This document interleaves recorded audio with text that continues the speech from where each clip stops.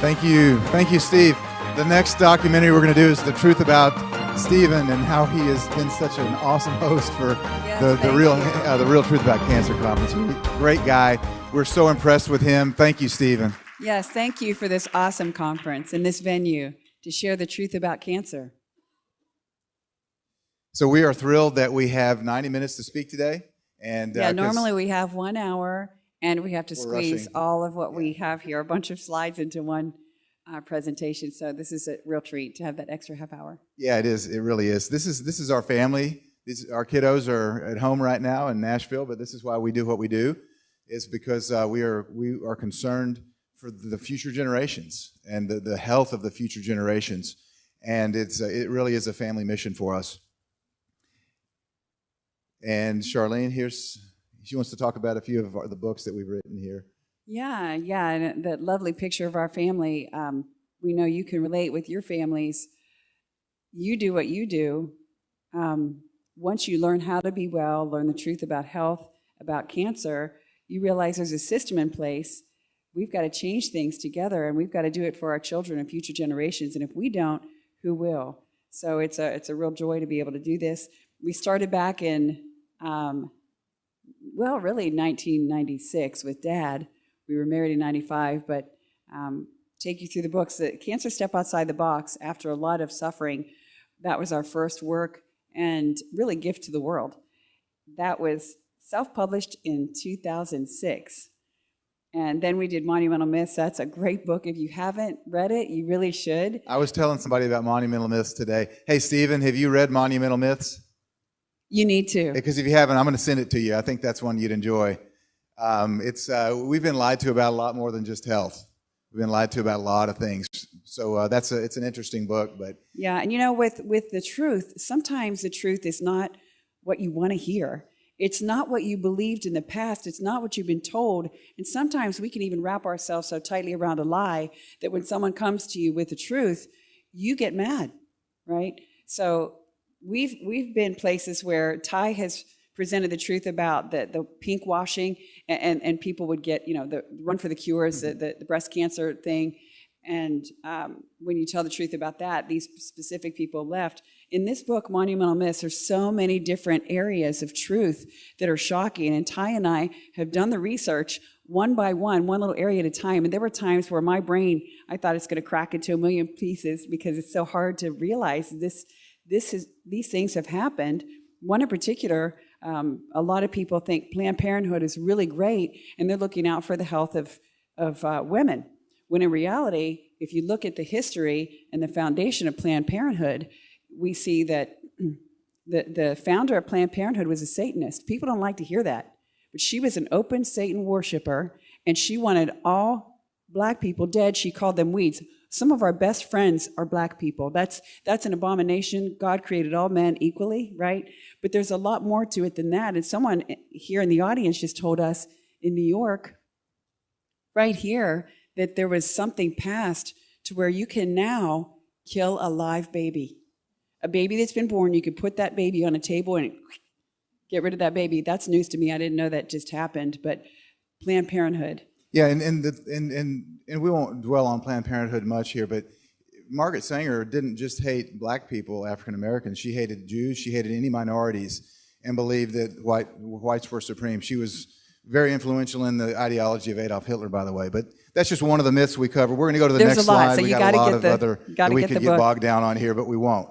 Yeah, we've produced docuseries, and we've had live events, which has been really fun for us. We've met a lot of you at our live events. Keith. And yeah, Keith here. Walker over here. Peggy here. We met at our live Yes, events. Peggy. We've met a lot of people at our live events. That's been fun. And coming soon is Eastern Medicine. That's our next documentary coming in Do you like April. the logo? We just designed that. Who likes that logo? So that's coming April 3rd. That's what I talked about last night when I was on the round table. We have a new documentary coming out. We traveled to 7 different countries in Asia, and that will be coming in April. It's going to be awesome. It's going to be fascinating. So how did all this come about? Charlene's going to kind of share our story real quickly. Yeah, that was us a few years ago with Mom and Dad. 1995, we were married. In 1996 was when Dad, this picture was taken shortly before, right before we were married. And dad in 1996 started getting stomach pains.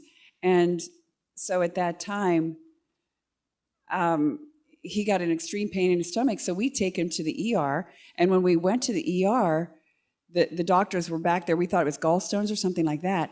And the doctors came out 2.5 hours into this to tell the family, to tell us, and Mom was there at the time, that he had cancer, and it was so advanced, and he was so young. And at the time, we had no idea about this industry. We didn't know there were options outside of the big three. We just knew cancer equals death. And so the doctors proceeded to go back there, and they cut his stomach out, sewed him up, and sent him home. And he had additional surgeries. We couldn't keep the blood inside of his body because basically he was bleeding to death. We thought 25 days later, he actually died. We thought it was a cancer, but it was not. It was a botched surgery. In retrospect, learning all that we learned, we realized that was a botched surgery. So it was the conventional medicine treatment, that surgery that did him. And then 6 months later, we lost his father's father, then his father's brother, and then Ty's cousin, Glenn, all within that first year with cancer. And then we lost Ty's mother's mother, Grandma Helen, and then her father, Grandpa D.E., and finally, my dear precious mother-in-law, his excellent mother, in 2004. She had various surgeries too. They also cut her stomach out. And so these people, by and large, died of the treatments, not the cancer. So I can tell you from 1996, and there's their gravestone right there, buried together, absent from the body, present with the Lord, thankfully. So, yes, we're very grateful, and we have the hope we'll see them again. But that caused us to research from the very beginning, and we have spent thousands of hours of research, and that's when our book, Cancer Step Outside the Box, was put out so that we could save lives and other families would not have to be plundered like we have had to be plundered. And we did a lot of speaking, radio, TV, and that led into 2014 when we started our documentaries. And so now our dream is coming true. We're reaching the world by the millions, but there's still billions in this world that need to hear and to understand there are other options. They need to understand the truth about cancer. And as long as God gives us breath, we're going to continue. And you are the ones who are here and doing these things in your own bodies and then sharing them with your friends. So together, we are an army of greatness, and the world is going to be a different place. Thanks, hon. So if you're diagnosed with cancer, of course, you're going to be most likely recommended the big three: chemo, radiation, surgery. Problem with the big three, at least with the chemo and radiation, is they're both known to cause cancer, right, in one way or another. Every oncologist knows that radiation causes cancer, right? When we look at the Fukushima meltdown, we look at Chernobyl, we look at all the incidents of cancer that just went through the roof after that, right? But we treat cancer with radiation. But it causes cancer. I mean, if radiation was a great treatment for cancer, then we should go to Fukushima and all live there, and none of us would get cancer. But it's exactly the opposite, right? So that's the problem, is it's this oxymoronic type of treatment that it's an apparent contradiction, right? It's like we treat cancer with something that causes cancer, and that's one of the problems. And we're also treating symptoms instead of the root cause. That is the problem. If you were here last night at the round table, the treatments for cancer that we're using, they're a Band-Aid. They patch symptoms, but they don't look at root cause. And that's one of the reasons that they're not that effective. Surgery sometimes can be necessary. If you have a fast-growing tumor, like I mentioned last night, a brain tumor, sometimes you got to cut it out. But surgery, and especially biopsies, can actually cause the spreading or the seeding of cancer. So that's an issue with that as well. And even if you do cut out the tumor is really a symptom telling you there's something wrong with your body. And so you just kind of remove the symptom, and not that you don't have to sometimes. I'm not going to say that surgery is unnecessary all the time. Sometimes you need surgery. But you also need to correct the root imbalance that caused that tumor, and that's what conventional treatments just don't look at. They don't look at the root cause. Surgery is like smashing a flash engine light with your hammer on your car. You didn't fix the problem. You just don't know it's there anymore, which I've had a check engine light going off in my truck for about 6 months. I would like to smash it. But I haven't had time to get in and figure out what the problem is. And it's probably just one of those stupid newfangled sensors that goes off all the time, so then they can charge you to inspect your engine and tell you there's nothing wrong. Okay, honey? It sounds like that was a setup with Big Pharma, honey. It's a conspiracy to get the people to spend more money on their cars. Yeah, so go ahead and talk about this, hon. So in 2016, there was a study that was published in the Lancet Oncology, pretty reputable medical journal. They looked at over 32,000 cancer patients, mostly breast and lung cancer, if I remember correctly. And at the end, the conclusion is, in layman's terms, once you read through all the mumbo jumbo, that approximately 50% of the patients they looked at died from the chemotherapy. Okay? And this is consistent with what we hear when we interview medical doctors about their patients. And across Asia, that's what I got across the board from all the medical doctors, was that their patients that they get after they've gone through the conventional treatments are so sick that they literally die from the treatment. They can't recover. And that's one of the problems, one of the reasons that natural treatments get such a bad rap, is that most of the natural doctors don't get the patient until their body has already been chemically poisoned and radiated, and they're on their last leg, and then the natural treatment doesn't work quick enough to help them recover. That's the problem. But this is a very reputable study that was published 3 years ago now that showed that approximately 50% of the patients actually died from the chemotherapy treatment. Case in point, Thomas Navarro. Last night on the panel, we had Eric Merola, who produced a documentary called Brzezinski, about Dr. Stanislaw Brzezinski. We're all familiar with him, right? We know about his situation. Dr. Thomas was one of the most well-known patients back in the mid-90s. He had brain cancer, but the FDA only lets you go to treatment, an unapproved treatment, if you're a child especially, after you've gone through the standard of care. They won't allow it, right? Because it's just not fair to the child to not put them through chemoradiation first before they can go to a treatment that works. So they put Thomas through the chemo and radiation. Well, actually, no radiation, but I think it was chemo.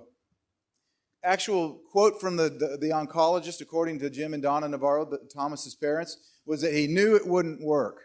That doesn't work with pediatric cancers, and the specific chemotherapy they use on the insert said has not been tested with pediatric cancers.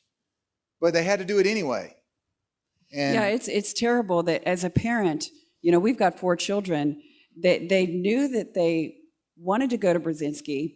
They told the doctor, but the doctor won't. In America today, if you have a child and you go into a hospital or you go to a conventional doctor, they're going to tell you what you're going to do. You lose all your rights. And so you have to think very carefully, if you have a child and that child is sick, who are you going to entrust that child with? And I like to encourage parents and everybody at large that when you're choosing your doctors, choose them wisely. Choose someone that will respect and honor you, your family, and your choices. They got caught in a trap. They were ensnared, and so here's their child being forced into a treatment that the doctor that was treating this child said, we know it's not going to work, but this is a standard of care, and this is what we have to do. And a lot of children and families are threatened. We know some of them that are taken out of the home because the parent wants to try a natural treatment, and the state says, no, they belong to us now. You've lost. And so this child died. That family lost. And somehow there's a death certificate. The cause of death, they had the person that performed the autopsy to actually put the real cause of death, which was chronic toxicity of chemotherapy. It's not often you see that, but there it is in black and white. That chemo killed that precious little child. yeah, and it's really sad because it took about 18 months. Thomas died when he was 6. And as Charlene mentioned, at least the forensic pathologist had the intestinal fortitude to be honest, because most don't, right? Most won't say chronic toxicity of chemotherapy was the cause of death. That's what Thomas's death certificate says. So the question is, why is the oncologist not in jail that did that, right? The oncologist knew it wouldn't work, hasn't been tested to be effective with pediatric cancers, did it anyway, child dies. Well, he's not in jail because the people that set up the system require him to do that. That's right. The problem. That's it's the the standard of system. care. The people at the very top are controlling what's right and what's wrong. So now we see a world where what's right is on its head and what's wrong is exalted as right. Mm-hmm. It's all backwards. And that's why what we're doing is so important, sharing the truth so that we can break the back of this system because it's evil. And speaking of evil. Speaking of jail, why is the oncologist not in jail? Here's an oncologist that did go to jail. We were speaking in Detroit about 6 months ago, and we asked who's heard of Fareed Fatah, this doctor. Most of the people raised their hand because they were in Detroit. This is very big news up there. Have you heard of Dr. Fareed Fatah here in the audience? Just a few people. This man was convicted of fraud, money laundering, and conspiracy a couple of years ago. He was an oncologist at a very, very large clinic in Detroit, and he was prescribing chemotherapy oftentimes to people that didn't even have cancer, and more frequently to people that had cancer, but it was the wrong type of chemotherapy than they would have been recommended, or they didn't need chemotherapy at all for their cancer. Over the course of about 10 years, he billed Medicare over $400 million for chemotherapy drugs, of which $93 million was actually paid to him. So he actually literally over $9 million a year on average. He was milking Medicare for that money. Many of the patients died. We've seen interviews with the families of the patients that died. Some of them, the forensic pathologists agreed, died from the actual chemotherapy. And some of them that died from the chemotherapy didn't even have cancer. But he's doing 45 years. So at least that's one oncologist that has been held accountable. And more should be. And the problem is with this system, again, back to the system, the chemotherapy is the only drug that a doctor can prescribe and buy at wholesale and mark up to get a lot of money. And so this guy was just benefiting, well, not just, he was benefiting off of this broken system. And so if you already have corruption in your heart and you're offered money for it, well, that's going to absolutely corrupt you. And here's the result. And he's not alone. There are other doctors doing the same, maybe not to the massive scale he is, but these doctors know what we're doing. We're hearing from the ones that are on the inside telling us. And by no means are we condemning oncologists up here and saying that all oncologists are bad. There's a bad apple in every bunch, right? There's more than one bad apple in most bunches. But oncologists, as a general rule, they get into oncology because they want to help cancer patients. Same reason medical doctors get into medicine is because they want to help heal people. Once they get in, though, they realize that the system's been corrupted. And so, go ahead, honey. We're going to give them a quiz, and then we'll teach you a little bit about the system. Okay, who's ready for a quiz? What is the leading cause of death in the United States? Whoa. Wow, what did she just say? What did you say? Iatrogenesis. So we kind of fooled you here because we put a picture of a cancer patient in heart disease. And according to the mainstream medicine, the medical reports, heart disease is the number one killer. Cancer's close. But the reality is the lady that just said iatrogenics is correct. Doctors are the main cause of death. Scoot over. Oh, I'm probably not in the video. Okay, got it. Cool. She's a lot prettier, though, so not a big deal. He's pretty handsome, though, honey. You're pretty handsome. And look, we matched today. All right, cool. Guess who did that? Okay, so the doctors, in medical procedures, iatrogenicide means caused by a doctor, caused by medical treatment. So we've had a report that was published a little over a decade ago. Actually, we're here close to New York City, Dr. Gary Null. People are probably familiar with him. He and several other medical doctors put out a report called Death by Medicine. And they documented that approximately 780,000 people died that year as a result of medical treatments and doctor-induced causes. So this is number one killer is actually doctor-induced. And here's the breakdown of the iatrogenic deaths that year. Over 100,000 were from non-error negative effects of drugs. We got hospital infections, medical errors, all the way down. You can read them. I'm not going to read them all to you. The one that really caught our attention is the number one. 106,000 that year. Read it closely. My mom was a grammar teacher. She said words mean something. Read the words closely. Non-error negative effect of drugs. Okay? These are drugs that are prescription drugs that are properly prescribed. There's no error involved by the physician or the person taking the drugs, and they still killed the patient. If that doesn't blow your socks off, you probably were in sandals. Now, wait a minute, honey. What about those raw milk sellers that get raided by SWAT teams? Yeah. I mean, you look, what was it, 6 years ago, the Rawsome Dairy in California, they were raided literally by agents with automatic weapons. And I don't think they killed anybody. Did they kill anybody? They didn't kill anyone. They just a few people got stomach aches because the raw milk didn't settle with them. Maybe they were plants. Well, they were selling without a license. I think that's what it was. They were charged. Here's one of the charges. It wasn't selling raw milk without a license. It was mislabeling cheese. Oh, that's it. One of their charges was mislabeling cheese, and they were raided by agents that had guns drawn. So that blows me away. The 106,000. Even the mainstream media is covering this now. This is a shot that Fox News showing that epidemic of errors in hospitals. Right. I just screen captured this. It's getting covered. Cause of death. This is the same report. Medical error. They admit here, mainstream media, 251,000 died. Now, when you add all the other causes in there that are doctor related, it bumps iatrogenic deaths to number one. But even the mainstream media is covering this. That's shocking that mainstream media is covering it, because if you look at the commercials, every other one is a pharmaceutical drug with the whole minute of side effects. Well, there's a butterfly flying around, the whole thing. But it's surprising to see the mainstream, because they are being funded by Big Pharma. So our question is this, is this a real drug dealer? They're on the side of the street selling some pills here. Or is this, right? Look how many people die each year from properly prescribed drugs from doctors. And again, we're not condemning doctors. This is just what they're taught. This is what they know. And Charlene's going to share here in a minute why they know what they know from medical school, but this is just they're taught. This is standard of care. You got a problem, here's a pill for it, pill for every ill. And that's the issue, is that the medical professionals have been miseducated when it comes to what the real treatments for chronic illness should be. And even not chronic illness. If you don't have a chronic illness, you start popping pills, it'll create one. FDA-approved drugs, they kill 100,000 people a year. And I think I have a screenshot. This is a screen capture from the FDA website that says this. Over 100,000 deaths annually. They admit this. It's hidden in plain sight. But you don't have people dying from overdosing on supplements or eating too much, drinking too much wheatgrass juice. We encourage you, when you see something like this, because we know you're all smart researchers, you're online, you're finding some cool stuff, screenshot it, because they take this stuff down. Yeah. We have videos in the past that we found that we wish we would have captured, because they take the videos, anytime you start highlighting stuff like this, it all of a sudden disappears from the internet. So screenshot that stuff, and if you can, send it to us. Yeah, especially if it's like on the CDC's website. CDC's notorious for putting stuff up and then yanking it down once people start reading it.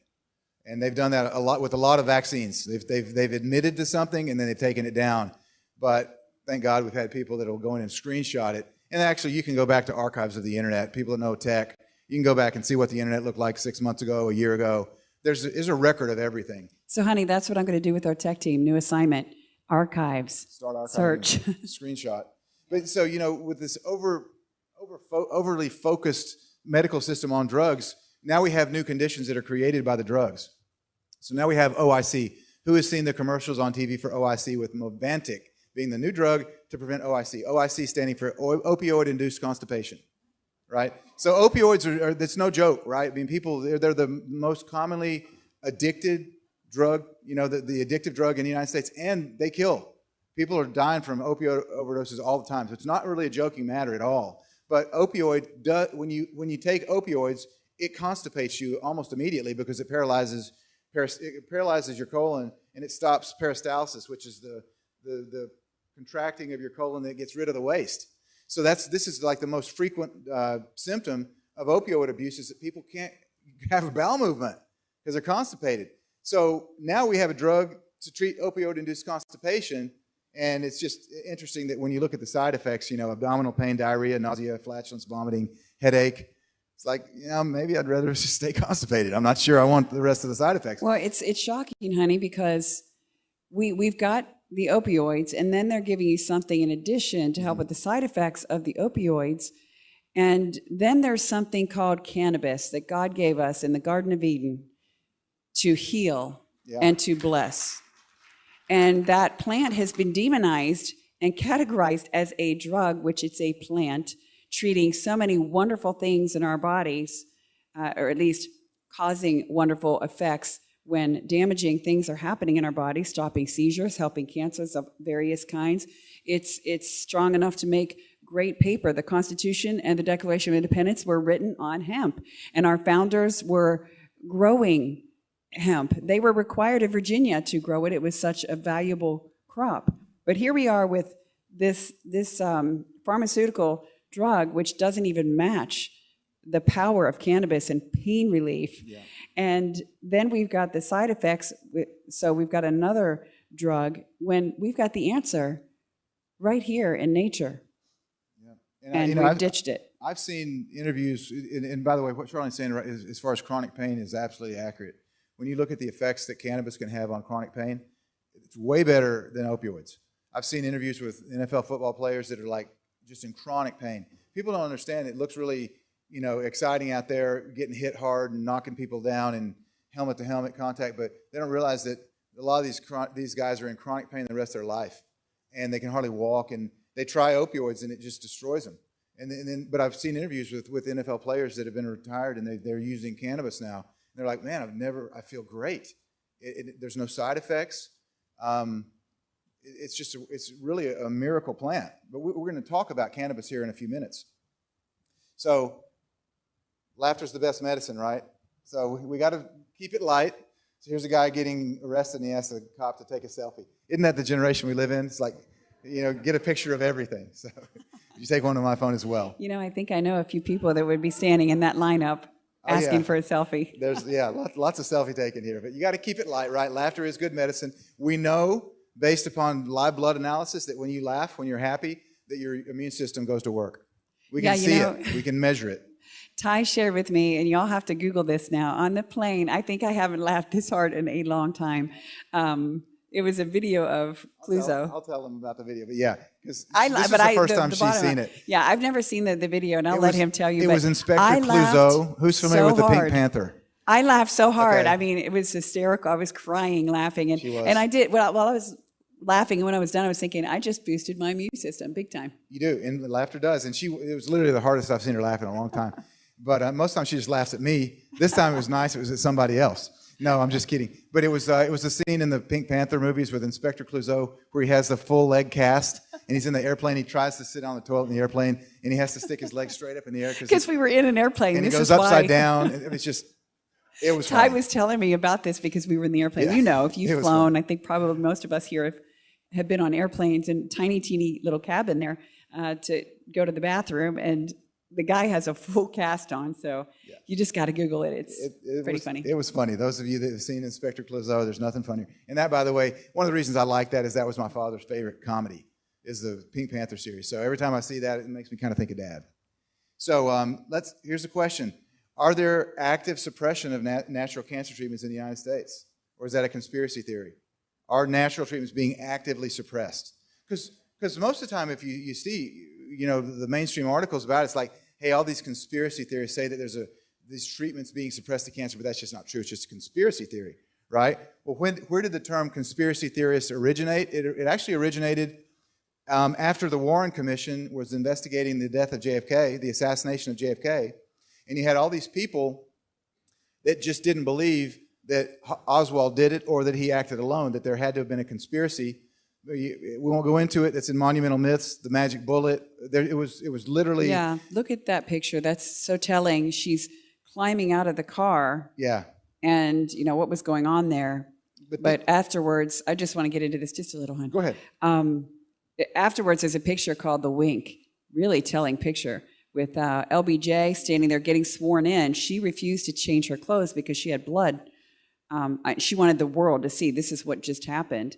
And while she's grieving, he's winking, or this guy's winking at JFK or LBJ, and it's really telling. But they don't want us to know the truth in any conceivable fashion. So here is where they coined conspiracy theorist to put on someone as a bad term, so that we would shy away from the truth because we don't want to be a conspiracy theorist. And so today, when we hear conspiracy theorist, this is where it began. It was the first use of this term in the United States. And this is Dispatch 1035-960. Those are screenshots.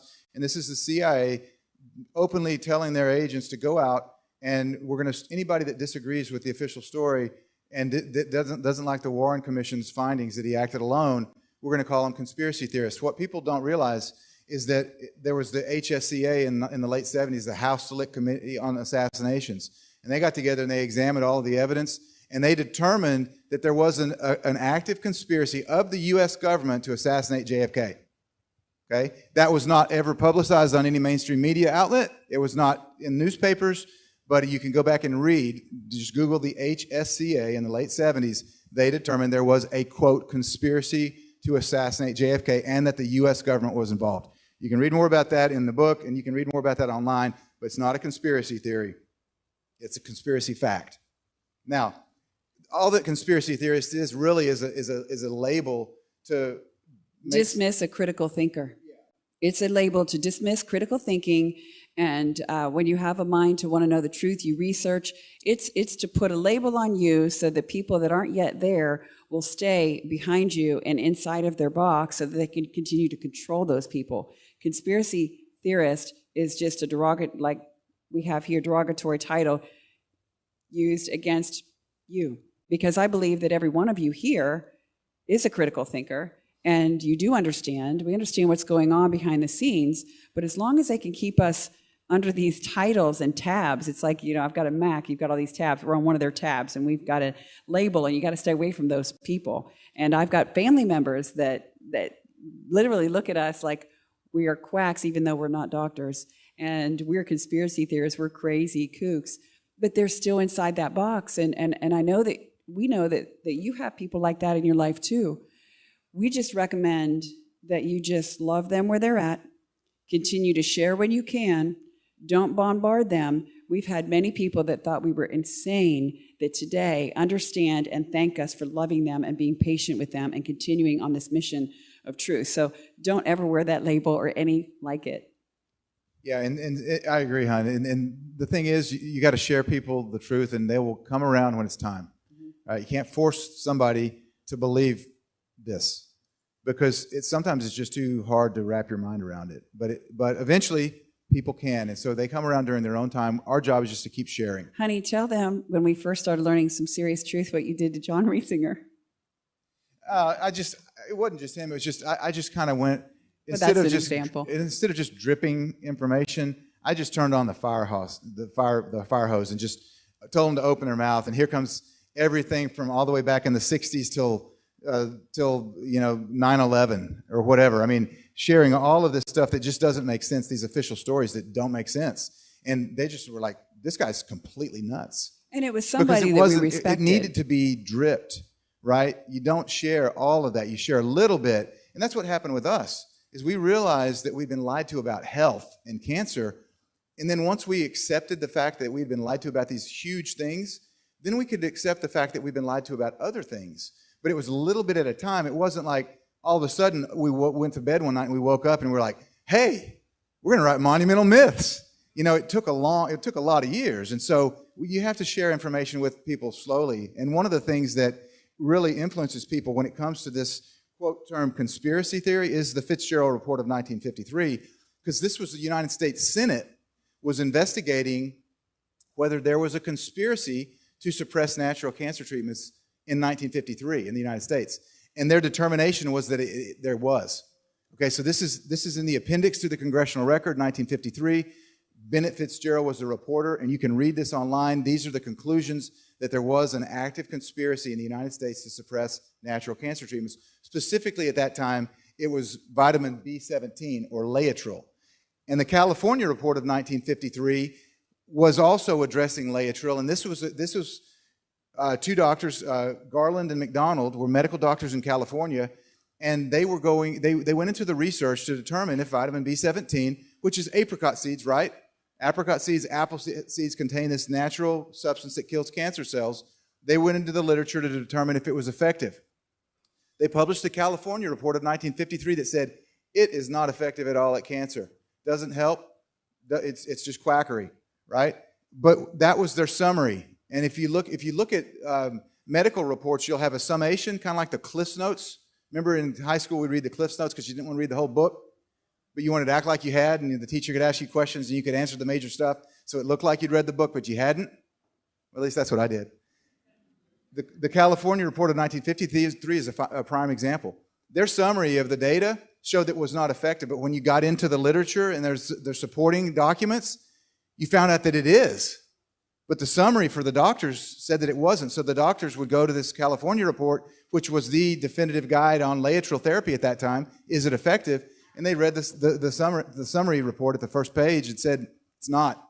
So that's when it became a popular mantra that Laetrile was quackery and not effective for cancer, when really the data showed otherwise. Now, interestingly, these were two of the doctors that were involved in the propaganda campaign to sell cigarettes back then. They both said that lung cancer is not caused by cigarettes, a pack a day keeps the doctor away, and so forth. Both of them actually died as a result of cigarettes. One died of lung cancer, he was a smoker, and the other died from a fire that was started when he fell asleep and a cigarette burned his house down. So it's just, I guess, poetic justice, not to mock somebody being killed, but that they were out in a campaign, and they knew this was not true. Much like they later admitted, 10 years later, that they had falsified the summary report on the California report of 1953. They admitted that in the 60s. Hit them up, Con. All right, here's another quiz for you guys. Who are these brothers? Now, I've got a daughter that would be able to tell you right away, and she'd be jumping up and down. Does anybody here know who these people are? Yes. Yes. Hemsworth brothers. And I bet everybody here knows who these brothers are. Is anybody here a Philadelphia Eagle fan? Okay, a couple.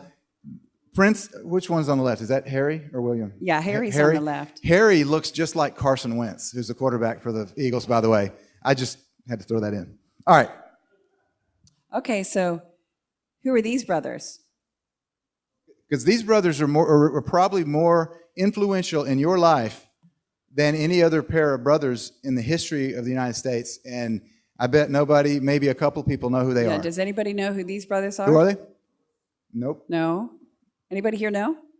Very influential brothers. Peggy knows. Sloan Brothers? Nope. Starts with an F. Peggy, who are they? She's going to wait. Okay. Who are they, honey? They're the Flexner brothers. Who are the Flexner brothers? That's Abraham and Simon Flexner. And how are these two brothers more influential than those two princes, right? Or these actors? What did they do? Well, the Flexner Report. This is where the Carnegies and Rockefellers got together in 1910 to go out to all the American medical schools and give them a grade. And so they send the Flexner brothers out to do this. And the Flexner brothers did not have a medical degree, didn't really know anything about medicine, but they were the ones grading the medical schools. And so they went out there, and the Rockefellers at the time owned all the chemical companies, which today we know as big pharma or pharmaceutical companies. And so the schools in 1910 that were doing drug-intensive education to the students got A's. And then we had the herbalist and homeopathy and chiropractic work and studies. They got low grades. And so what happened was... They weren't teaching sound medicine, according to the Flexner Report. Yes, so they got lower grades. And the ones that were teaching the drug-intensive medicine were funded with $500 million. And today, that's equivalent to billions. And so as they gave the check over to the schools, they said, oh, yes, by the way, we're just going to put someone on the board just to be sure we're on the up and up. And so they really hijacked the schools with that money and with the control. And so the other schools weren't being funded, so they fell by the wayside. And today, we have a result of that very well-planned and organized attack. And here's that timeline, of the way that it happened. So all the way through 1910, to today. Flexner Report submitted to Congress. And then I want to cover 1913, the propaganda department, because that is, just like we covered with conspiracy theorists, this was the first time the term quack was used in the United States to refer to people in the medical field. And we have to understand that, because how in the world could they just go and give money and hijack the schools? Well, it's the same thing they're doing today. It's nothing new under the sun. This is a program they use today, the propaganda. So they had to steep people in this mindset in order to take control of the medical schools. Yeah, and so the American Medical Association literally set up what they called their propaganda department in 1913 after the Flexner Report was released to Congress, and they determined who was teaching sound medicine. In other words, the schools that were teaching, quote, sound medicine were the ones that were selling more drugs. They were using drug-intensive therapies, okay? They started labeling anyone that was not pushing drugs as a quack. That's when we first started hearing about chiropractors or naturopaths or homeopaths or herbalists being quacks, was because of the AMA actively calling them these names. And so, as you can read here, by 1923, you had 22 homeopathic medical schools that dwindled down to just 2 by then. By 1950, they were all gone. By 1925, over 10,000 herbalists were out of business. 1,500 chiropractors by 1940 were prosecuted for practicing, quote, quackery. All right? And by 1950, all the homeopathic schools were closed down. And now, in 2019, if you're a medical doctor and you don't receive your degree by a Flexner-approved medical school that has been teaching drug-intensive medicine for the last 100-plus years, you're not going to get a job. And all non-medical doctors that don't have those degrees are now thought of generally as quacks. So now you understand. It's been a systematic approach to brainwash over right, 100 years. And now you understand why nutrition is not a part of the equation. Yeah. Because the people that were focused on nutrition, the holistic approach in 1910, were not one of the chosen few. So the chosen few are everybody today, by design. Interesting, too, but that Rockefeller, who was largely responsible for funding the Flexner Report and also funding the medical schools with doctors who would push chemicals, because he benefited from that financially, right? And his mantra was to destroy all competition. Competition's a sin. And he destroyed competition by labeling anyone that doesn't push drugs as a quack. But Rockefeller himself had his own homeopath till the day he died.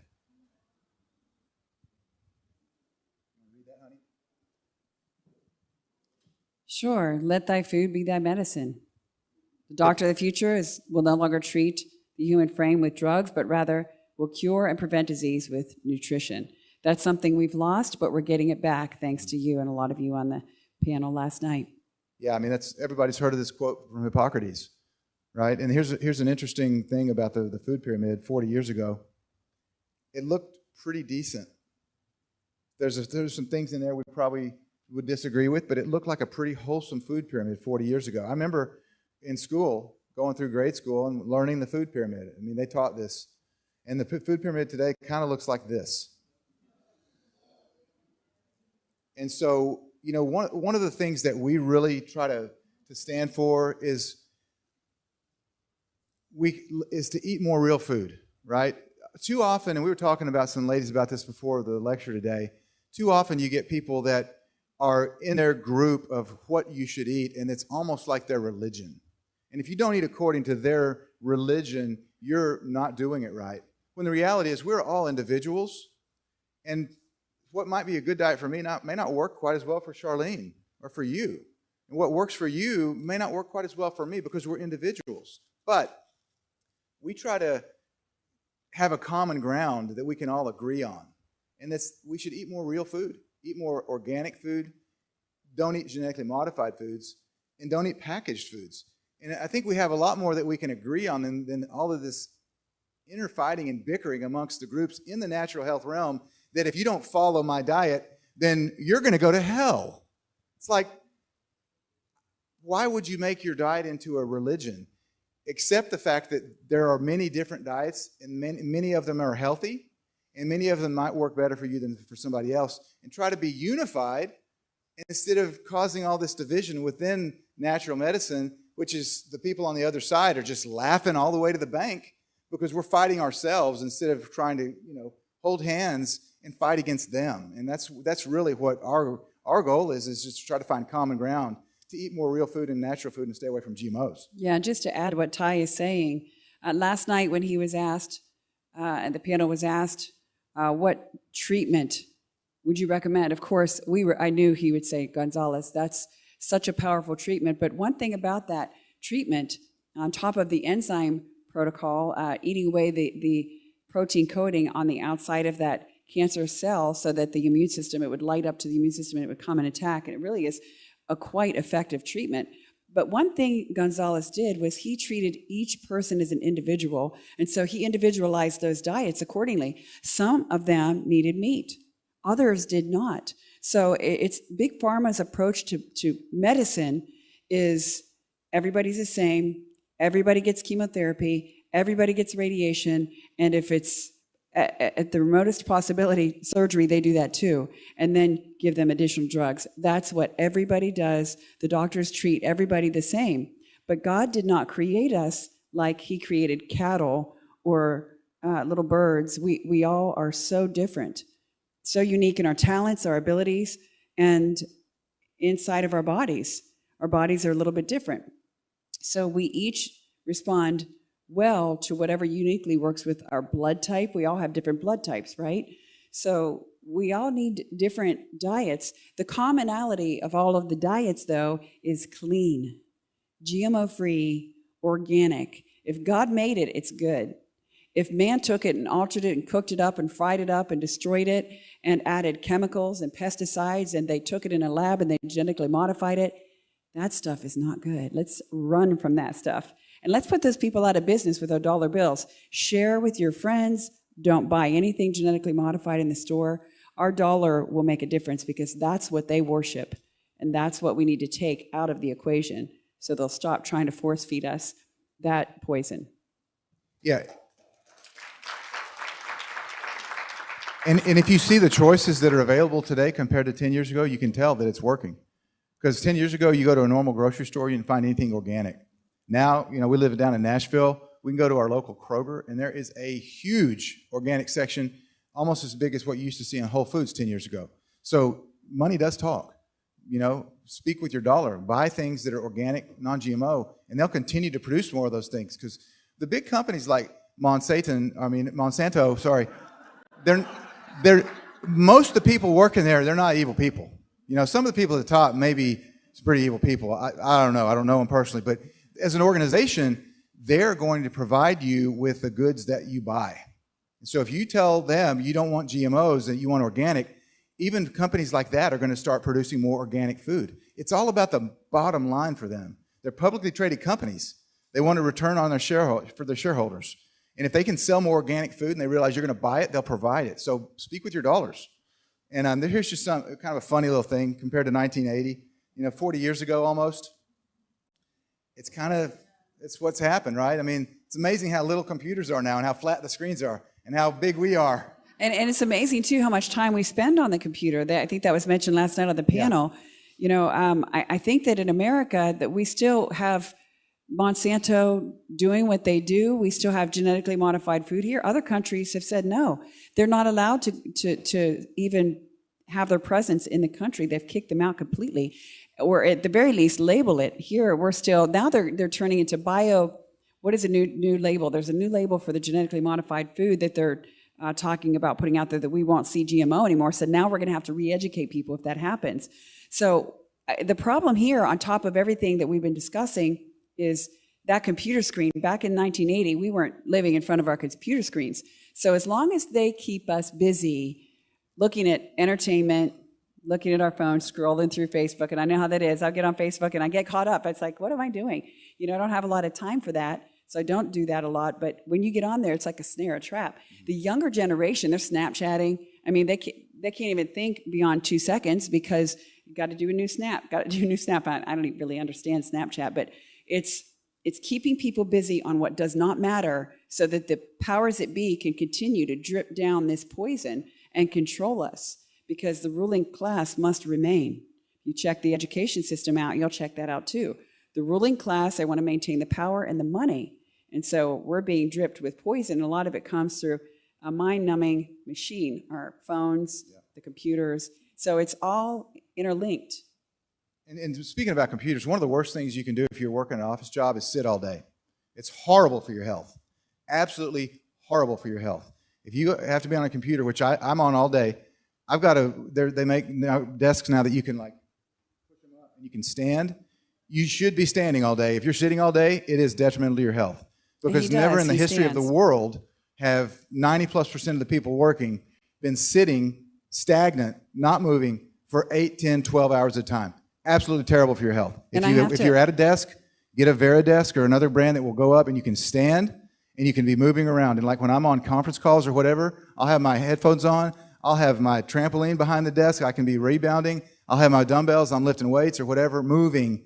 So you're not necessarily just sitting all day long. I have to add too, though, when Ty's on the computer, he's not looking at Snapchat stuff. He is producing greatness. He's doing some amazing things. So I just want to tell you, with this documentary that's coming, you got to see it. You got to share it with your friends. Eastern Medicine. Ty is staying up until 4 or 5 in the morning, and then he'll sleep on the couch downstairs, which is very nice, so thankfully it's comfortable. And he'll get up just in a few hours and start it all over again. So thankfully, Ty is utilizing the amazing mind that God has given to do great things, and we get to do this together every single day.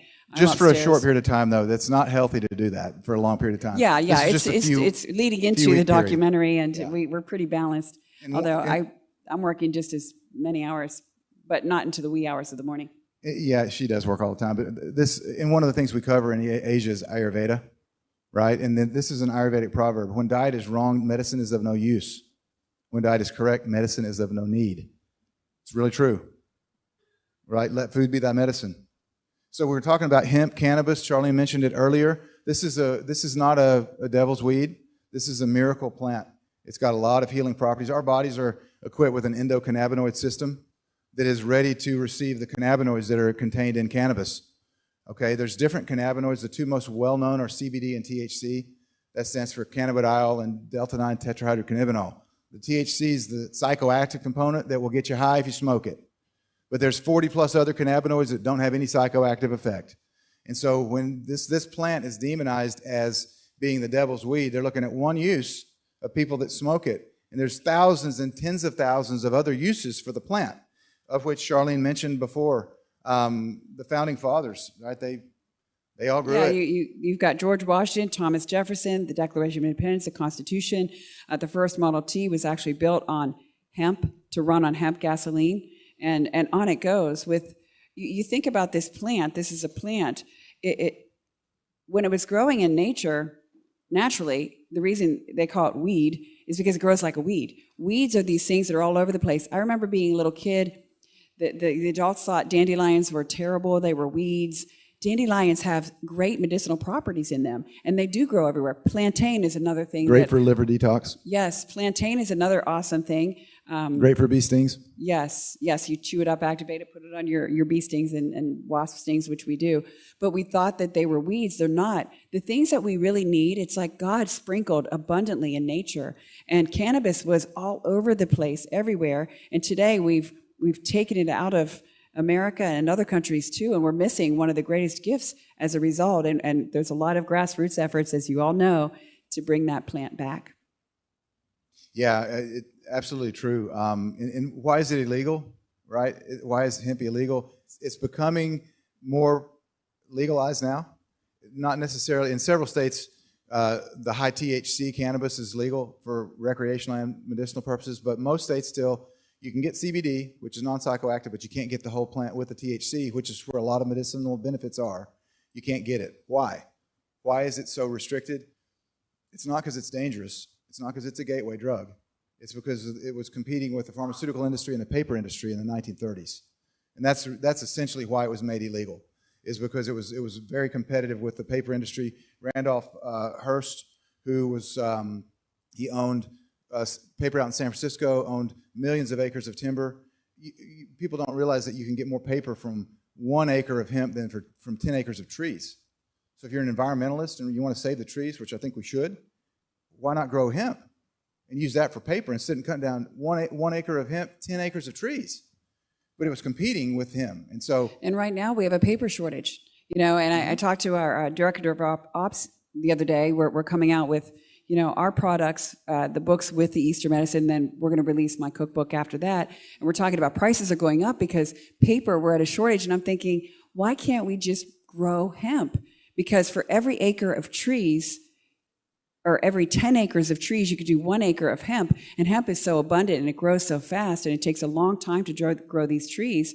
That's another solution we have, but there it is. Yeah. That's where the demonization against this amazing plant began.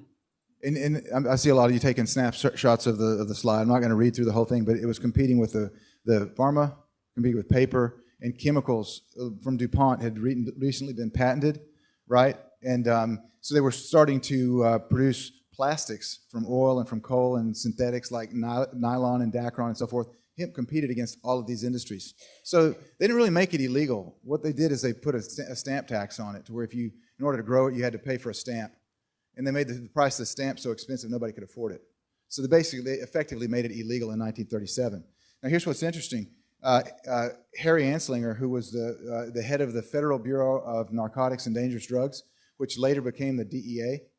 Okay, he was one of the guys that was instrumental in making cannabis/hemp illegal.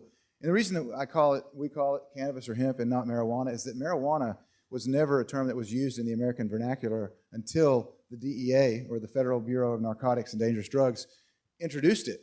And it was a made-up term. They took the two most common Hispanic names, Maria and Juan, and put it together and made it marijuana, okay? Because it sounded more demonic or evil than cannabis, because everybody knew what cannabis was. Nobody knew what marijuana was. So it was easier for them to pass this tax and make it illegal because nobody knew what it was. There was a testimony by one of the heads of the American Medical Association after this happened. He said if they had known that marijuana was actually cannabis, they would have fought against it being made illegal because they all used it in their clinics. But so they took a term that nobody knew what it was, coined this term, right? Whoever determines the dialogue or the vernacular wins the argument, right? If you change the meaning of words, or if you introduce new words, people can't fight you. They don't know what they're fighting against. But yeah, and back then when pharmaceuticals, the pharmacies, they still had natural products that were very powerful. They weren't completely gone like they seem to be today, in most cases, not all cases, with pharmaceutical drugs.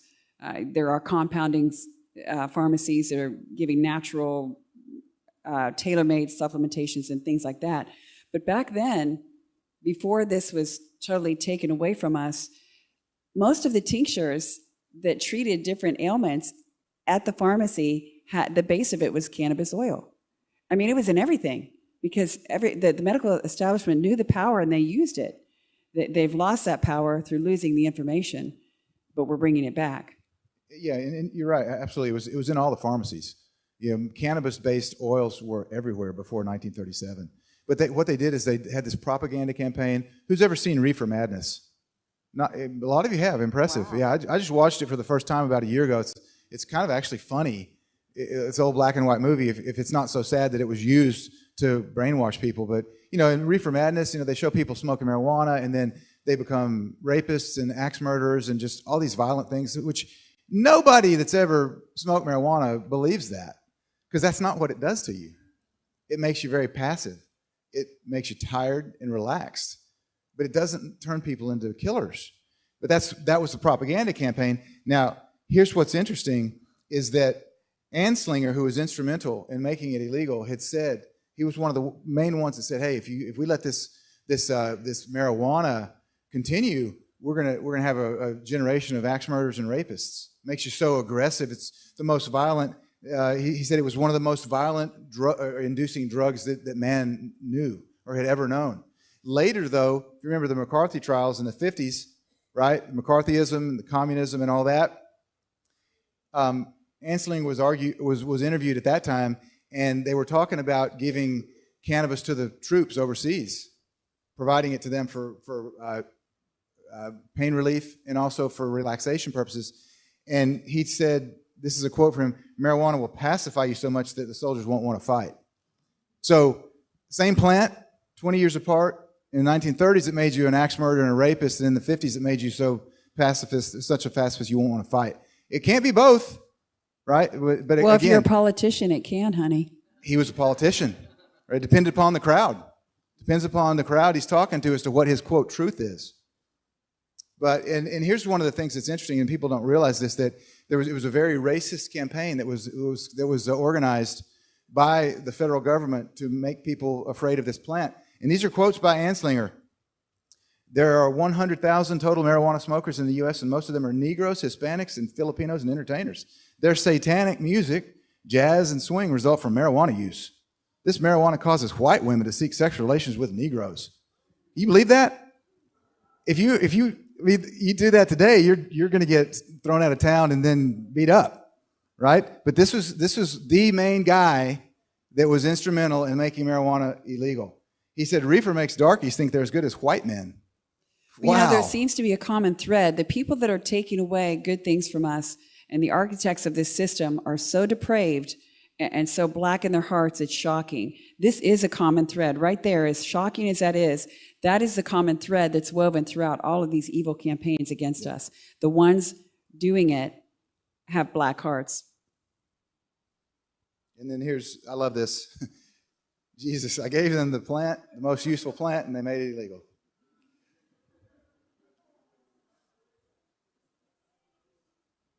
So hemp and cancer, we're talking about cancer specifically here today.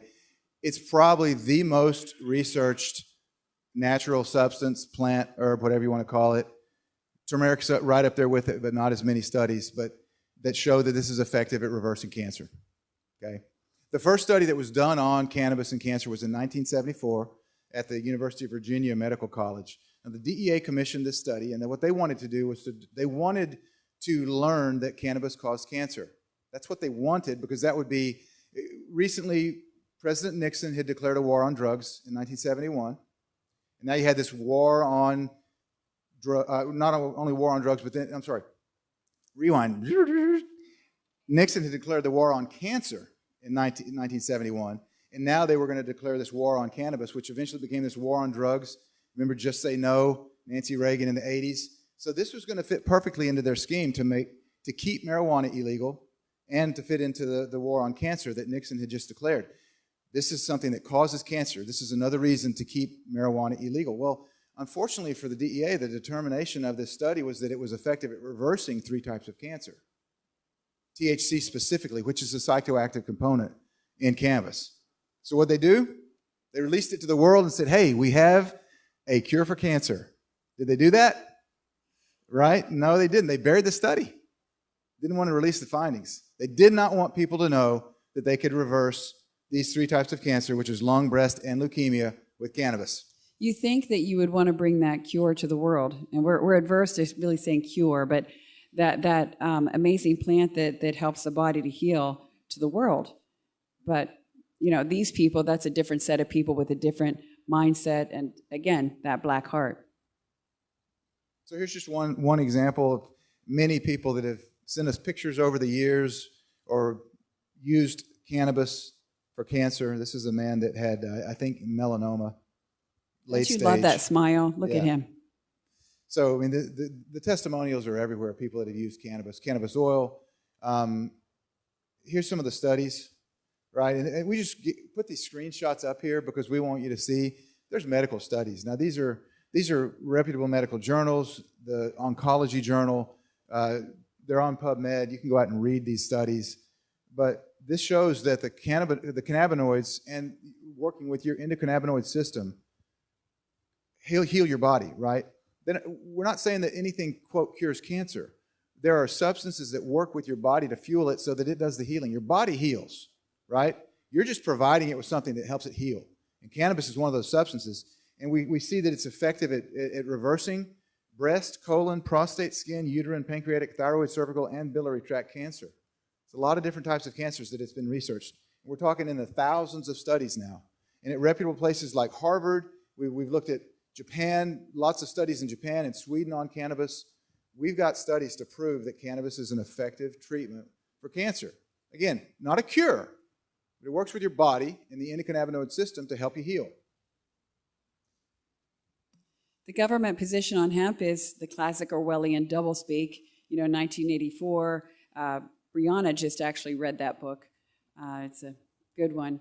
And now she's reading a book, like a 1,200-page book on Russian literature or something. She's like an avid reader. Crazy, smart. I love that about her. But she actually, when she read that book, she said, Mommy, we're worse off than that book right now. Because she knows. She's heard us talk. She researches too.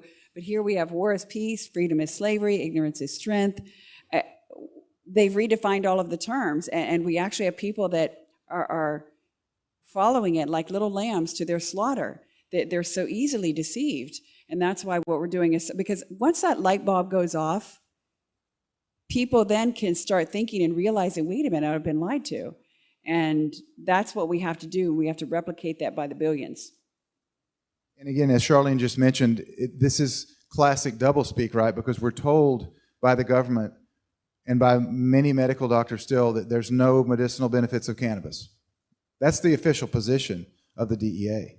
Now, how do we know that? Well, because cannabis is still a Schedule I. And the definition of a Schedule I drug is that there are no known medical benefits. Okay, so in order to be in that category, there can't be any known benefits for cannabis. But there are known benefits because the National Cancer Institute at cancer.gov lists the medical benefits of cannabis. Healing side effects of cancer, anti-inflammatory, blocks cell growth, prevents the growth of new blood vessels, which is angiogenesis, antiviral, and helps with multiple sclerosis. These are all on cancer.gov right now. So the reason that Charlene mentioned it's classic Orwellian doublespeak is they're talking out of two sides of their mouth. It can't be a Schedule I if there are no medical benefits, and there are because they list them on the NCI website. But the DEA says we need more studies, but the problem is you can't study it because it's illegal. So we need more studies, but we can't study it because it's illegal, right?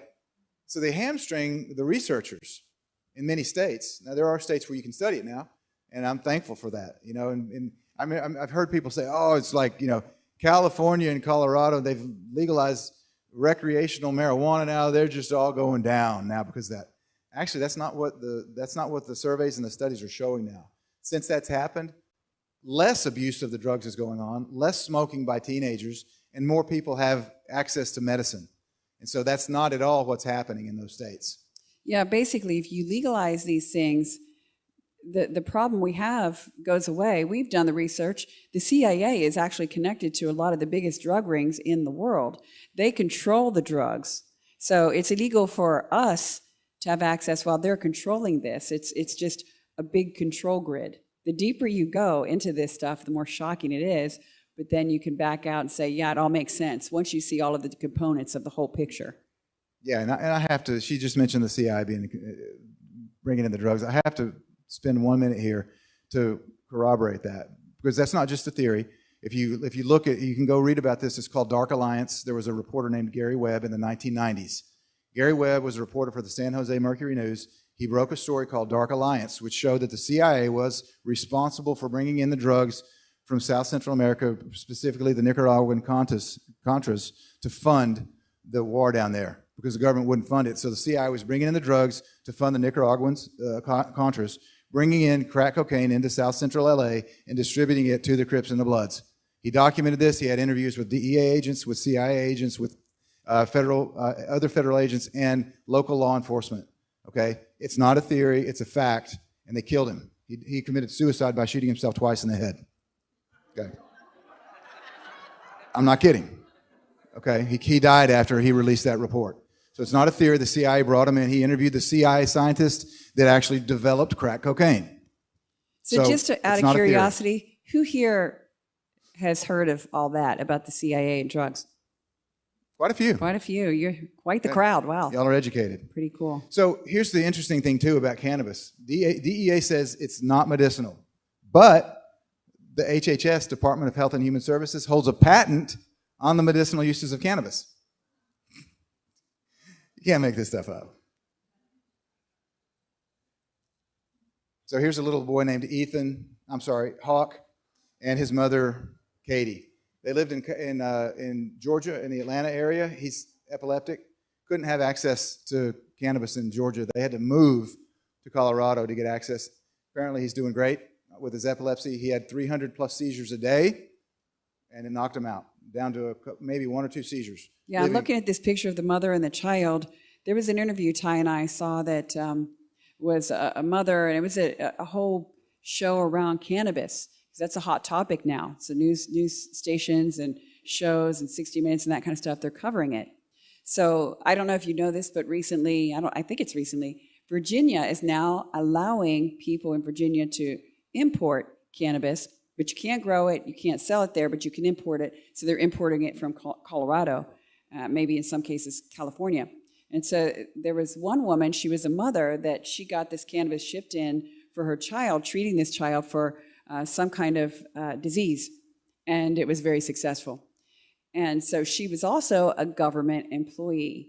And we know that the federal government says you can't grow it, sell it, cross state lines, all that. So the states that are now saying, yes, we can, they have the right to say that because the state has sovereignty over the federal government. The federal government doesn't really have any constitutional right to keep that from the states. That's their choice. That's 10th Amendment issue, by the way. Right. 10th Amendment. So read it, Know it? So this woman is a federal agent. They said, well, how do you feel about that? You're importing it. So Virginia says it's legal, but you're a federal, you work for the federal government. How do you feel about that? Because you're breaking the law.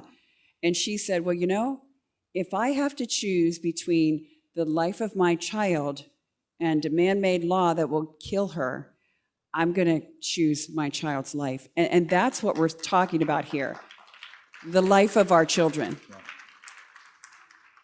So how can we obey these laws that are killing people? We obey God's law rather than man's. Yeah, absolutely. Good point, honey. How much time do we have left? I don't see a clock anywhere. Yeah, I was wondering the same. 18 minutes. Okay, we're pretty good. Okay.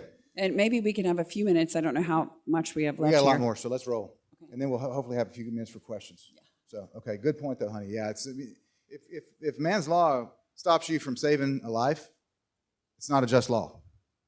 This is melanoma treated with cannabis oil over about a 60-day period. Okay? It's really healing. It's amazing what cannabis can do. Don't believe that it's the devil's weed. It's not. It's a gift from God. Let me go back. I see a couple people still. We're trying to take a picture of that slide there. That's remarkable, isn't it? Yep. Pretty amazing. Now, the Hunzacut Indians in northern Pakistan, they have almost no instance of cancer, and their diet revolves primarily around raw foods and eating seeds from the apricot trees. Okay, and that's what we were talking about earlier, apricot seeds, vitamin B17. Almost no incidence of cancer. Now, G. Edward Griffin wrote a book about them, World Without Cancer. Dr. Ernst T. Krebs, back in the 50s, went and interviewed a bunch of Hunzacut Indians. No incidence of cancer until they leave their indigenous place. They go live with us or somewhere else in the world and start eating a diet that's basically crap and no vitamin B17 in the diet. They start getting cancer. Okay? Very, very well documented. How does it work? It's almost like God's natural cancer reversing seeds, right? There's the vitamin B17 molecule has 1 part cyanide, 1 part bisaldehyde, and 2 parts of glucose, or sugar, right? But it's inactive, it's inert until it's released. But the only place that you can release the poison is with an enzyme called beta-glucosidase, and that's located at the cancer cells. So when this vitamin B17 molecule hits the beta-glucosidase, it releases the cancer, or it releases the poisons to kill the cancer cells. But then, after it's released at the cancer cells, and beta-glucosidase is not pervasive anywhere else in the body except at cancer. And then afterwards, you've got this poison that you might be afraid, well, is it going to go kill me? Because cyanide and benzaldehyde are both pretty toxic, right? You can die of cyanide poisoning. But interesting, everywhere else in the body except at the cancer cells is present an enzyme called rhodinase. And rhodinase turns these natural poisons into a natural painkiller that's not poisonous at all. So it's really amazing the way that it chemically works in the body. You won't hear that, though. If you do a Google search, which Eric Merola was talking about last night, the way that they have these campaigns to slander somebody or a group or a substance, you'll Google search and you'll say, hey, don't eat apple seeds. It'll kill you. You'll die of cyanide poisoning. And that's a lie. Ty is really good at describing the science behind this. I love hearing him talk about this every time we talk together. Just a fascinating thing that God has given us, the way that works in the body and targets cancer. And then at the tail end of it, you've got a painkiller to boot. So we have come a long way together from when we first started researching. I remember when we first learned about this, it was in 1997 from Jason Vale. There he is. Jason Vale, he was really in bad shape, and he discovered, he did an extra show on Extra TV. And he's here in New York City, by the way, still. Yeah, he's really awesome. But he discovered the apricot seeds and the apple seeds, and he started taking those himself, and he healed his body of cancer, and he's had such a tremendous influence in the world based on that. And he did 5 years of hard time because he was telling the truth on his website, just sharing testimonies of how people were ingesting these apricot seeds and healing their cancer. They took him to a kangaroo court, and they put him in the pen, like hardened criminal pen. He actually spent 5 years in the federal penitentiary here in New York State. He did, and he said for selling apricot seeds. The best fun he had as he was serving time there was when his mother would come and see him, and she would give him a bag of mixed nuts, and she would take the almonds out and put apricot kernels in there. So he would sit and eat it right in front of those people that that he went to jail for. But this is a point I was getting at, hon. When we first started this together, learning and researching, and we were trying to convey this to people around us. Do you remember telling my dad? He still doesn't get it. So, but the Lord uses those thorns in our flesh that are people we absolutely love, and we want them to understand, to propel us to higher and better places so that more people can know. And God has used, I think, my family more than anything to continue, not this family and my little children, but my dad and things like that, good friends. And a lot of them, as I said earlier, have come along the road. But that was quite a conversation Ty had, and Ty was very patient with him, and my dad wasn't patient, and that's all I'll say about that. Well, yeah, and the reality is you have to get people at the point where they're ready to accept the information, and he wasn't. Want to share a little bit about the American Cancer Society, because somebody mentioned last night, I think it was Dr. Pam, talking about the Running for the Cure and all this, the Breast Cancer Awareness Month, and all the things that are sponsored by like Susan G. Komen. You got all these different charitable organizations raising money. But I just pulled this down yesterday. I got the 2016 financial statements for the ACS. $887 million of expenses total. Only $152 million were for research. So people think they're given to the ACS to do more research on cancer, but that's 17%. They're not. There's over $222 million that year that were spent on management and fundraising, which management is like salaries, right? Bonuses. So a lot of the money that you're being given. That sounds more like a business than a nonprofit. Yeah. And so it's interesting too. I added this too at the very bottom because we're in New York. But the CEO in 2016 for the ACS made $1 million and almost $1.5 million in benefits. So a $2.5 million package for the CEO. That'd be Charlene's our CEO. I wish she made that. But by the way, the highest charity, right? This was on Charity Watchdog. Charity Watchdog. CEO of Sloan Kettering, $3 million that year. Okay, so you really got to watch where's the money going to. Where's the money going to? And a lot of it does. It goes to animal testing. And if Charlene did make that, what we do? We give it back to charities that are doing real research. Yeah, that's what we do with our funds. We fund research. Yeah, to with be real transparent. Charities. I don't take a salary. I mean, we do what we do. I run the company, and we're saving lives, and it's a big win. And when we make money, we do give it to charities. And our team, they're just fantastic. We've got a great team, and we feel like you're a part of that because you're helping us to share the documentaries that we do and supporting us in every way. So it's really a team effort. Yeah, but we actually don't take any salary. But it's not just the ACS, right? The American Cancer Society. It's not them. There's other charities. I'm just going to read through these real quick. The Kids Wish Network spent 2.5% of their money on aid to cancer patients. Cancer Fund of America, 1%. Breast Cancer Relief, 2.2%. Children's Cancer Fund of America, 4.6%. That was the high one. No, there's one that was 11% down there. Children's Leukemia Research Association gave 11%. That's nice. Hope Cancer Fund, 0.5%. United Breast Cancer Foundation, 6.3%. You can read them. These cancer charities are not giving money to help patients. How can 0.7%, 0.3%? That's just mind-boggling. That's not a charity. That can't be, by definition, charity. Well, there's all kinds of loopholes that charities can go through to maintain their 501c3 status and not have to pay tax and be exempt. And so there's all sorts of ways that they can do that and still maintain their, quote, charitable purpose. So they've got good accountants and good attorneys. We were in Riga, Latvia a couple of years filming for the Global Quest, and this is a treatment we wanted to share with you called Rigvir. People think that all viruses are bad, much like we think that all bacteria is bad, but it's really not. Viruses are good, some of them. Bacteria, our guts are made up of mostly good bacteria. So this is a healthy virus that we learned about, an oncolytic virus that targets only cancer cells while we were in Riga, Latvia. If you saw the Global Quest, you learned a little bit about Rigvir, which is currently being used by our good friend Dr. Tony Jimenez in his clinics in Mexico. And it's very effective. It's been officially approved in the countries of Latvia, Georgia, and Armenia. Oh, there's at the bottom, for treatment of melanoma. And here's another thing that just came to me when we were in Riga there. Chemotherapy is still very much the drug of choice there in Latvia. And they don't call oncologists in Riga. They call them chemotherapists. It's interesting. Yeah. because they use chemotherapy so much. That's the title of their chemotherapy. Honey, that's what we could call ours here in America. Yeah, it's a lot of chemotherapy here too. Yeah.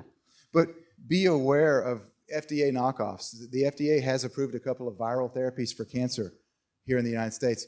One of them is called Imligic, and it's been approved by the FDA. The problem is that, like Rigvir, it's non-pathogenic, it's not genetically modified. Doesn't cause cancer, right? Doesn't cause mutations to cellular DNA, and it's not GMO. Imligic actually does both of those. It is GMO and it is pathogenic. So you've got to be aware of the FDA knockoffs, because this is not Rigvir. Talk about mushrooms, honey. Medicinal mushrooms are awesome when it comes to cancer. Yeah, there were so many different schools of thought. Some people said that mushrooms were a fungus, don't eat them. But the research shows us that there's a lot of different anti-cancer properties in these mushrooms. And when you combine them, the different properties, you really have a powerhouse of a great protocol against cancer with these mushrooms. Yeah, and that's one of the things across Asia that all the doctors are using, right? I mean, you think of medicinal mushrooms, you think of Japan, you think of Asia. They're all using combinations of reishi, cordyceps, shiitake, maitake. They're all doing that. That's a staple of every cancer treatment protocol in Asia is medicinal mushrooms. And shiitake is one of the best. Everyone's using shiitake. Now, reishi over in Asia, they call it lychee mushroom, but it's reishi. But they're all using reishi. They're using shiitake. A lot of cordyceps. Cordyceps actually help with endurance as well. Chaga mushroom. Chaga is a lot of the doctors in Russia are using chaga. It grows on the birch tree. You know, they have some of this. For Christmas, I actually got him some shiitake mushrooms as a gift. Can you believe that? But at Costco, they had, I think it was organic shiitake. They're still on our counter right now. They're packaged. But you can get a lot of good stuff just at your grocery store. These great mushrooms are showing up. And like Ty said, 10 years ago, you really couldn't. So it's phenomenal, the access we have to these things today. Yeah, again, speak with your dollar. Buy things that are healthy, and they'll start providing more healthy things. And stop buying the junk. Curaderm, this is awesome. So this is BEC5. This is an ingredient in a product called Curaderm. It was on the Dr. Oz show, as you can see.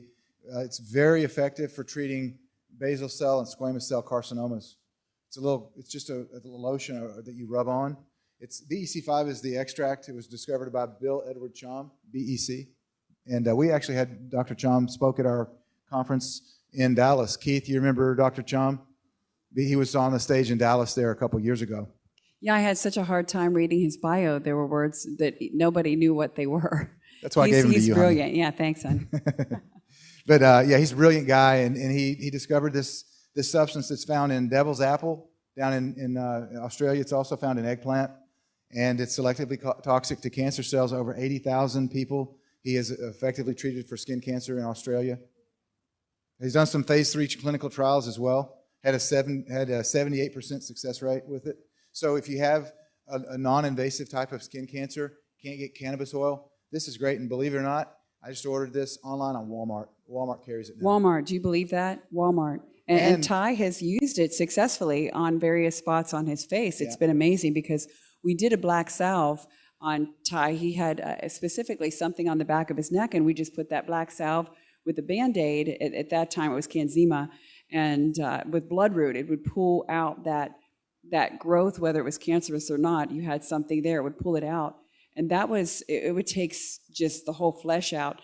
This is different. This will target specific cancer cells, and slowly over time, it will pull it out on your skin, and you'll see maybe some weird looking stuff, but then it's like your skin is more beautiful afterwards, so it doesn't have that caustic effect. This stuff is amazing. So if you have any issues, this would be the go-to. Yeah, and it's interesting the paradigm shift that's happened because, like I mentioned, I ordered it on Walmart.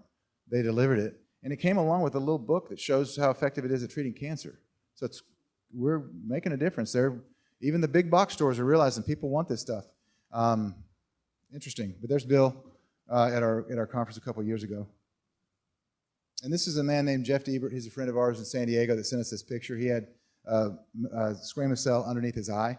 And that was over a period of about 6 weeks. He used the Curaderm, and it just totally took care of the cancer. Yeah, and again, you don't want to get like the black salve. With the bloodroot, the caustic effect, you would not want to get it that close to your eye, but look at that. You don't have a problem with the Curaderm. It doesn't have that caustic effect. So we found it to be very helpful. Yeah. And again, what we try to fight against is the propaganda that we're all indoctrinated with, and nutrition propaganda. Sugar, honey. Sugar. Well, you remember commercial? Remember the corn syrup? This commercial from like 5 years ago. It was for high fructose corn syrup. It's trying to make people accept it that it's just sugar, even though we shouldn't be eating sugar either. That's a different matter. But right, but they tell us that sugar's sugar. Back then, there was a buzz. There was a buzz around. People are starting to wake up, saying, "Wow, corn syrup. There's some damaging things going on in that corn syrup. If you want sugar, get real sugar. That's not real sugar." And so the campaign came out, and I still remember that commercial the first time I saw it. I was like, "Honey, look at this. Sugar, sugar." So we still say that to each other. It's mind numbing. They have a beautiful little family running through the cornfields singing la da da da, sugar, sugar. And so we're all happy because it's corn and it's a field and there's a family. And so let's buy some GMO corn syrup and put some heavy metals on top of that in that corn syrup. And here's the problem with the GMO high fructose corn syrup is really, really bad. It's bad from an insulin response perspective. It's really bad because it's genetically modified. And it's really bad because it's in almost everything. So if you read packages, if you read labels and you see corn syrup, which is anything that's sweetened today, if they're trying to save a buck, the company sweetens with corn syrup. You're going to see that it's actually in everything, which is more reason to stop buying packaged foods and start eating real food. And just as an aside, oh wow, there's a pie I make once a year, and it calls for corn syrup, and I get all natural ingredients. That's the one time a year I actually cook sugar that is organic with water, cook it up into a syrupy kind of thing and add that, and that's the only time we have that. So if you have once a year, a one-off Thanksgiving you want to cook, don't get it from the store and don't use corn syrup. You can actually make your own as just a fix, but don't ever consume that, not even as a treat. And this shows the metabolic effect that the high fructose corn syrup had on rats. The one on the left was fed the high fructose corn syrup and the other wasn't. It's got a huge effect on weight problems as well. And that's another reason I think we have so many people with weight issues today is that high fructose corn syrup's in almost everything. We've got just like a minute left, so we're going to zoom through to the very end. I'm not sure what you're missing, so I'm going to go fast. Oh, no. Charlene study. No, we can't. No, we can't. Bye. We got to go. Oh, I have to cover that. Okay, cover this in 30 seconds. 30 seconds. Okay, babies. Oh, wow. So disease, look at that right there. 232 toxic chemicals were found in the umbilical cord blood of newborns. What are you exposing your baby to during pregnancy? Now, there was a study done where they studied that cord blood to find out what's in there, and they found over 230 a higher number of chemicals, but that number is carcinogenic chemicals that cause cancer. Now, if you think about this, a mother goes into having a baby, her husband, they conceive, they're full of toxins. So that's already bad news. And then with the mother, she's eating GMO food and she's consuming pesticides, and then she goes and gets a flu shot. Where is the dumping ground for that mother, that baby? So anything that she has in her body that's toxic goes right into that baby. People ask us, well, if cancer is not genetic, which it's not, well then why are babies born or little tiny children, why are they getting cancer if it's not genetic? Well, with that fact right there, and you understand how the mother is dumping toxins into that precious new little life, and every cell that's being developed is being bathed in a chemical soup. It's a wonder that any one of the babies are even born alive. So that should be the real question. How is that baby even born alive? That's how marvelously and wonderfully God has created our bodies, that we can overcome. We have the power to be strong physically and to heal. And so it's a wonder that that baby, that beautiful little baby, is born healthy. Yep, really is. And here's they're finding glyphosate now in umbilical cord blood, which we know glyphosate now is. It's a known carcinogen in animals. It's a probable carcinogen in humans. And then here, the World Health Organization says it's definitely genotoxic. So we're finding this in umbilical cord blood now as well. We want to end with some laughter. We know that it stimulates natural killer cell activity. Music and laughter are great for health, so you should be listening to encouraging, uplifting music and laughing as much as you can. And watch some Clouseau. Watch some Inspector Clouseau if you like Peter Sellers. But that's what we want to let you know is that is healing. You should be laughing. So We want to debunk an official story or another conspiracy theory today that in order to get six-pack abs, you've got to exercise and eat a strict diet. Okay? That was actually, I took that on myself this morning when I got up. Hey, that's not funny. That's not the joke. But that is not true. You do not have to exercise. You can get six-pack abs the easy way. So look at it, laugh. It is funny. And laugh as much as you can because it stimulates your immune system, and your immune system is what heals cancer. And so let's focus on stimulating that immune system. Laugh as much as you can. And remember, as always, cancer does not have to be a death sentence. As long as there's breath, there's hope. That's why we're here, to share the truth that sets you free. Thanks, everybody. Appreciate it. And thank you, Stephen, and everybody here. Thank you. Thank you.